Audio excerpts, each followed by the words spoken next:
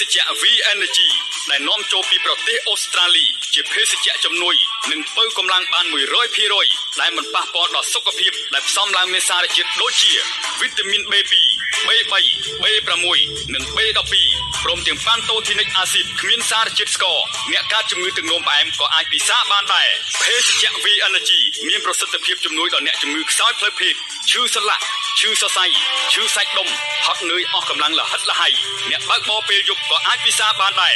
ពិសា V Energy ភ្លាមមានកម្លាំងផ្លេតធានាគុណភាពពិសាហើយចង់ពិសាទៀតកុំភ្លេចពិសាភេសជ្ជៈ V Energy ជាប្រចាំធ្វើឲ្យលោកអ្នកមានសុខភាពល្អទំនាក់ទំនងជាតាមទូរស័ព្ទលេខ010 877 456 066 877 456 095 877 456 088 78 456អាស័យដ្ឋានអាកាសយានដ្ឋានពោធិ៍ចិនតុងផ្លូវមហាវិថីសហព័ន្ធរុស្ស៊ីផ្ទះលេខ A21 A23 សង្កាត់ចោមចៅខណ្ឌពោធិ៍សែនជ័យនៅត្រង់ចំណតរថយន្តក្រុងទី45ខ្សែទី3